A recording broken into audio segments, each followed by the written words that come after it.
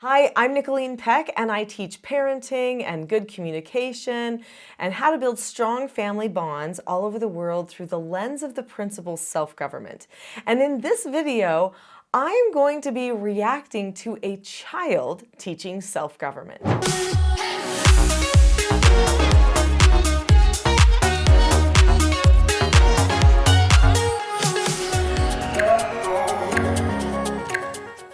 Recently, I was contacted by a parent who has been teaching self-government in their family for quite a few years, and she shared with me a video that her son made where he is teaching self-government. This was something that he decided to do for a class assignment. They videoed it and shared it with me. In this video, we're going to be sharing bits of that, and then I'm going to be talking about what he's talking about so that we can get the lessons out of this that can help us and our families most. The Ward family contacted me with this video out of the blue, just sent me a text and said, "Hey, Nicholeen, you'd probably find this really interesting. Look, my son did this for a school assignment. He needed to make a speech. He decided that he wanted to make a speech about teaching self-government. So he has dressed up. He has really been professional about this. I believe he's like 11 years old. So I can't for sure be quoted on that, but I'm pretty sure his age is 11. This young man is incredibly articulate. He makes it through this speech in one take, does really well. I have to say, as a person who does YouTube videos and tries to do them all in one take a lot myself, that is impressive to me, what he has done with this YouTube video. And I feel like some of the things that he brings up in his teaching are enlightening and really can give pause and some food for thought for parents. It's also super inspiring just to see what the teaching self-government skills and principles mean to this young man and what he has changed in his own life because of it. He shares stories of his transformation because of self-government. He shares of some of the hard experiences that he's had and how he's learned some important lessons for himself about his own self-government. He talks about what the skills have done for him and his family. It's really inspiring. I hope you'll enjoy some of the things that Mr. Ward has to say in his presentation and also some of the insights that I share about what he is teaching the world. Have you ever felt that you were missing something? Something that would help you and the people around you? Do you have suspicions that you're not communicating well or that you're being rude? Do you feel as though you're not helpful to those around you? These are real concerns with real solutions. The solution comes in the form of skills, 4 skills. As Nicholeen Peck, the publisher of these 4 skills, said, "I can report that all who deliberately and diligently utilize these 4 basic skills have found increased personal happiness and family unity. These skills will help you govern yourself and communicate wisely to overcome your struggles." What a powerful introduction. He's actually expressing here in this introduction what struggles he's had and what things he feels like he has overcome utilizing the skills and principles of self-government. He's telling everyone it is important to be calm and in control of yourself. And he's got a lot of energy behind it. I love his energy in this. Okay, so let's see what he goes on to teach us. Before I tell you these skills, there's one thing you have to understand first. None of these skills work unless you are calm. I love that he understands the importance of calmness because in all of those 4 basic skills, one of the key steps is to keep a calm face, voice, and body. He knows that, and he's saying basically the skills are pointless unless you know how to be calm. That's powerful. That a young man of age 11 knows the importance of calmness is inspiring to me, and really tells me that his parents have done a lot of great education about these skills. Now he's going to go on to share some strategies for calmness. So he's done some outside research about calmness. He talks about having a calm place where you can get yourself calm. He also talks about taking deep breaths and the science behind why that is good for you. He has even gone to the next level of understanding calmness for himself. He will never forget that he can choose to do certain things that are actually psychologically, chemically, and physically good for him to remember to have his calmness. So let's look at the proofs that he shares. So let's go over the ways you can get calm. 1. Come up with a calm down place, a place where you can go to be away from other people and gather your thoughts. 2.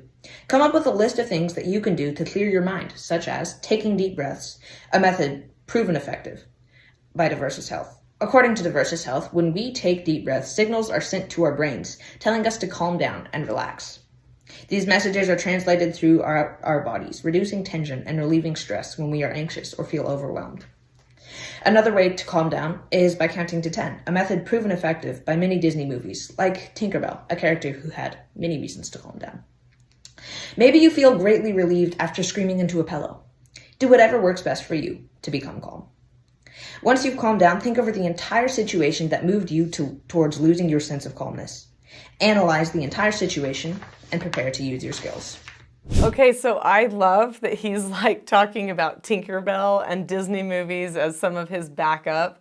That's kind of like the perfect backup for a person his age. I don't advocate for screaming into a pillow, but he must have looked that up somewhere and thought, maybe that's a decent idea. I do know that his family, when they're using teaching self-government, are using the calm strategies that we talk about. So there is a calm spot, like he talked about how you can have a calm spot, a place where you go, okay, this is the place where I'm gonna go to get myself to remember to be calm. I love that he understands deep breathing, what that does for your brain. That's some really good research that he's done there, so that he sees why his parents are going to be telling him to take 3 deep breaths if he starts going completely out of instructional control. And if you've watched some of the other calm videos on here, or if you've subscribed to this channel, you know I talk about something called the Rule of 3, which is something that helps point children toward calmness. And he has been trained in this. And part of that is usually a calming instruction, which is to take 3 deep breaths. So he's giving some personalized background here for why he knows deep breathing works. So now he's ready to get into skills. I love his training on the skills. I feel like he adds some great insight from his youth perspective. So let's take a look at what he has to tell us about the 4 basic skills. Okay, let's dive into the 4 skills. The first skill is following instructions. This skill seems simple enough, but following instructions means more than doing something when somebody else tells you to. When you're able to follow instructions, you can tell yourself to do something and do it. To do this, you need self-control. The steps to following an instruction are: look at the person or situation with a calm face, voice, and body. Say okay and do the task immediately. Then report back and say check. I know it seems silly to say okay and check to yourself, but doing so helps you stay on task. Also, when you say check, that gives an opportunity for the giver of the instructions to praise you. This skill is the basis for all of the other skills. If you are not able to follow instructions, especially the instructions that you give yourself, you will find it impossible to use the other skills. I love this. He actually has innovated something really awesome here, something that I have not ever even thought of or taught before. So the steps to following instructions are to look at the person or the situation, keep a calm face, voice, and body, say okay or ask to disagree appropriately, do the task immediately, and then check back. Now, I tell people that yes, you do need to be able to self-govern yourself. The whole goal of all of these skills is that you can give yourself instruction and follow through. And he's saying that too, but he's taking it that last step a little bit further than I've ever taken it before. And he's saying, say to yourself, check, check. I'm done with it. I'm checking in with myself. So I've told people, report to yourself, maybe track your progress, praise yourself, say, acknowledge that you've done it. But I've never said to say the word check to yourself. And I love this. This is a super simple way to make sure you get to that last step and that you acknowledge you have done the instruction for yourself. So when he's talking about following instructions, he's already taking this to an adult perspective. This is also incredibly powerful. This tells you how empowering and maturing these skills are. He is not saying, well, then you should do this for your parent and you should do this for your parent. He is saying, I've already recognized as an 11-year-old that I need to, for myself, do this skill. I need to give myself instruction and follow through. That is incredibly powerful. So let's go ahead and see what he has to say about accepting no answers and criticism. The second skill is receiving a no answer. This skill is hard.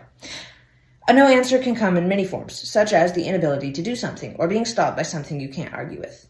No answers are frustrating, but being able to accept them calmly always makes the situation better.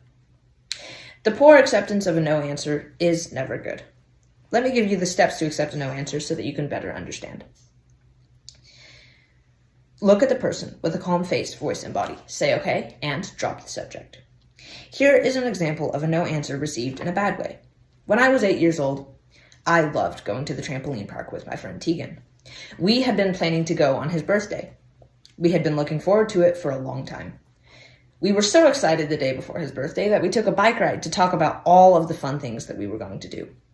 In the excitement, I forgot that my sister had a track meet, and I forgot to tell my parents where I was going.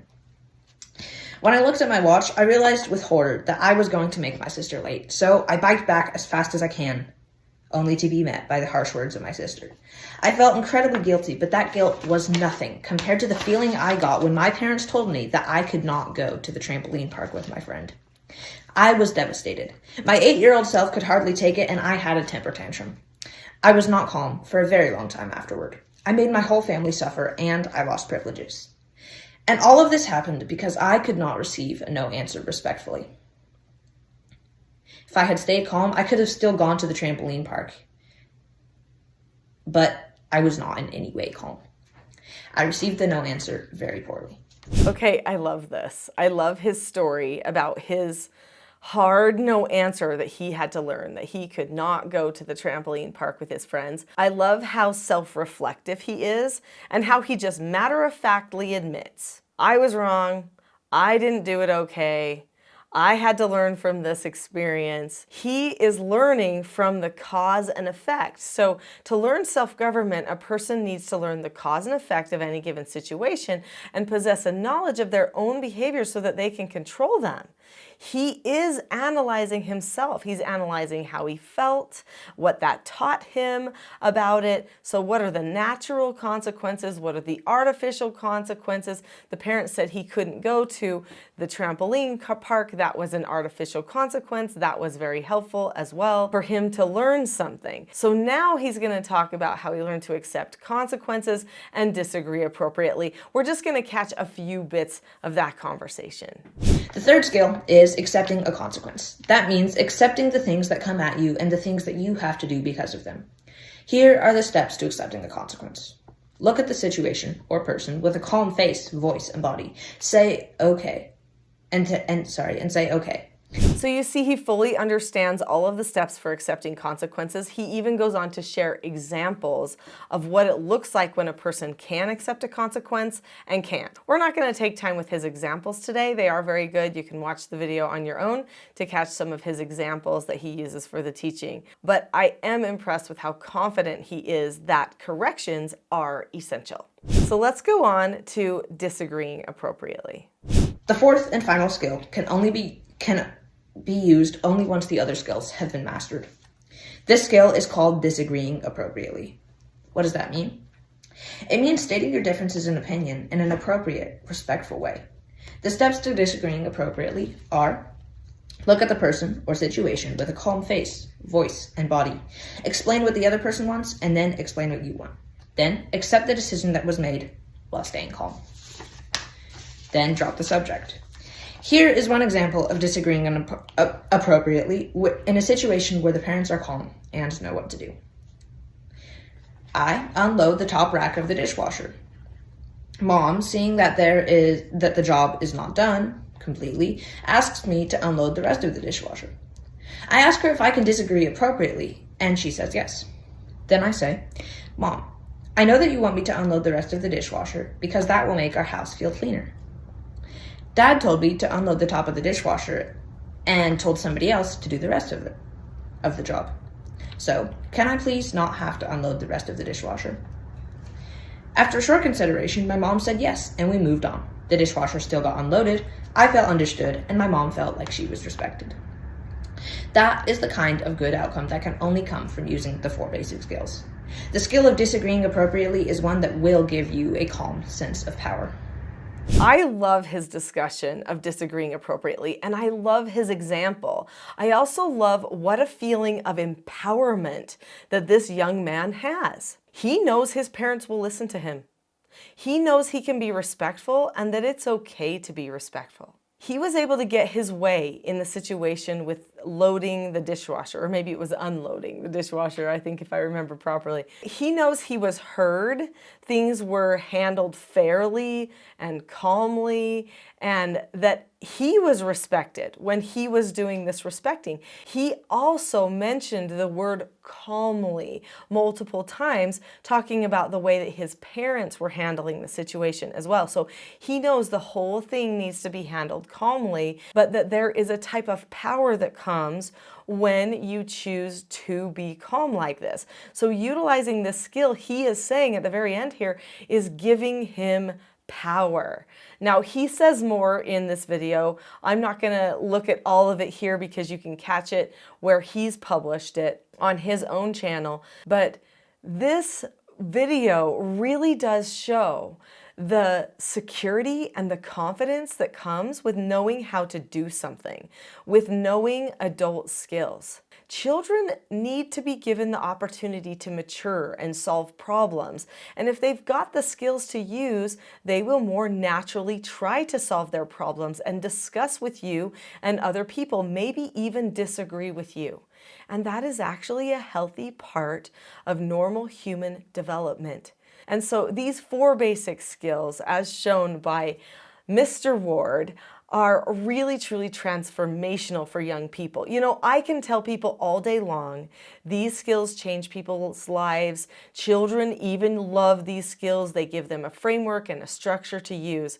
But this is better because he actually told in his own way. He could have picked anything for his speech topic, his mom said, but he wanted to pick this, teaching self-government, because he felt that it was the most powerful thing that he could discuss with confidence.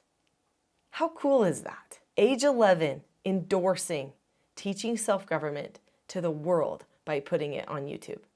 I just love it. If you've enjoyed learning from Mr. Ward a little bit about self-government, then probably you might want some more information. There is a full class on this channel that I have created to help people understand some of the skills and principles of self-government. And that video is called The Not So Known Secret for Parenting Success. So click on the link to that video now.